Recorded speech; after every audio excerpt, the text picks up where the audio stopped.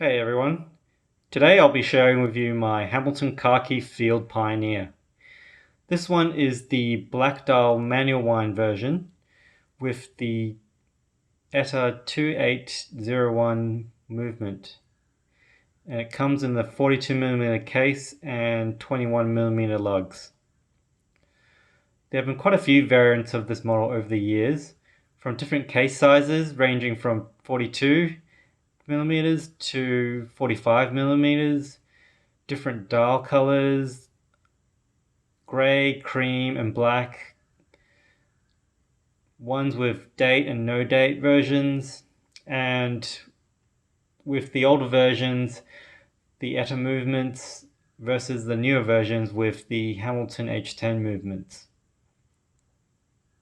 There's also been a special edition Harrison Ford for Team Murph version with green leather Flieger style strap and a dark brown dial.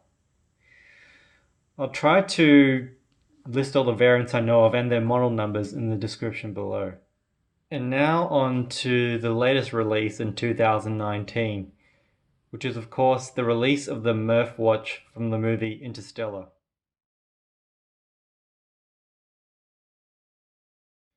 I believe the version I have is probably the closest variant to which the Murph was based off, as it has the same black dial with no date. It's been 5 years since the release of the movie, and I'm not sure if it's some sort of significance to that or if it's just Hamilton dragging their feet on producing the Murph. Although the Murph isn't a limited number release, the special edition box is limited to 2,555 pieces, with the design inspired from the Tesseract scene of the movie. Also, retailing at around 1,000 US dollars RRP, I believe the original Hamilton Khaki Field Pioneers, like the one I have at present, present a better value proposition and also has a more consistent design aesthetic. And now I'll just talk through some of the key differences between the Murph and the previous variants of the Hamilton Pioneer. The first key difference is the coin edge bezel you see here has been replaced on the Murph with a smooth mirror polished bezel and also with a fatter crown that's also polished, replacing the matte version I have here and the onion style crown on the automatic movement versions. The case itself is also a standard brushed stainless steel consistent with the other automatic Pioneers, as opposed to this sort of bead blasted dark grey matte casing.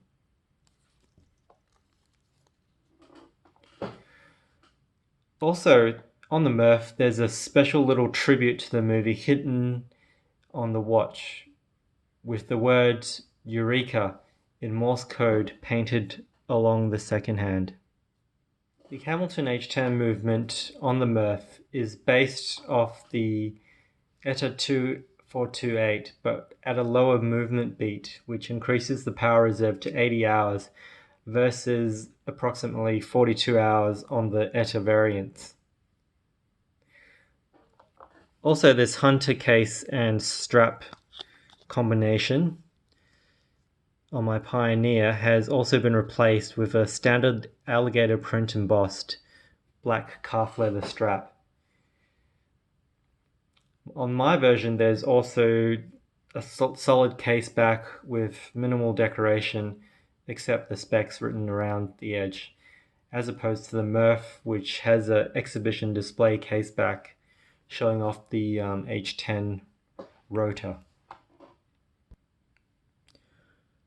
These changes make it look a lot less like a retro style aviator watch and dresses it up for a more luxurious and formal look, and less of the casual styling you see here.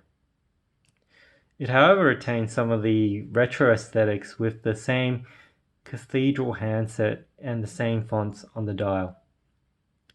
The case size remains the same at 42mm, but the lug width is a more standard 22mm versus mine at 21. The 42mm case and longer lugs make it less wearable on smaller wrists. However, at around 12mm thick, it can slip under the shirt cuff easily, as long as it's not on this original Hunter Bund strap combination. All in all, it fits quite well on my 6.7 inch wrist. The watch also avails itself to a variety of straps, from brown, black, and also muted tones of NATO which go well with it, like olive green or dark greys. The lume itself isn't the brightest, but has been applied on the hands as well as the numerals, which is a nice touch. Looking online, sometimes you can pick up new old stock for around $300 to $400, and also finding them secondhand for around $300 USD.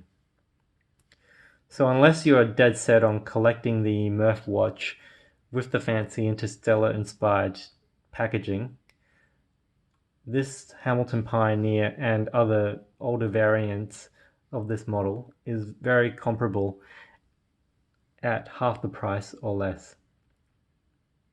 For me, the only con between the two is possibly the power reserve.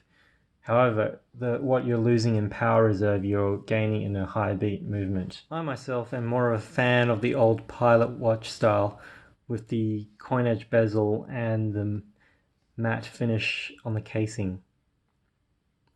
This Hunter case Bund strap combination from Hamilton is actually a bit more unique and I believe fun to wear from time to time as well.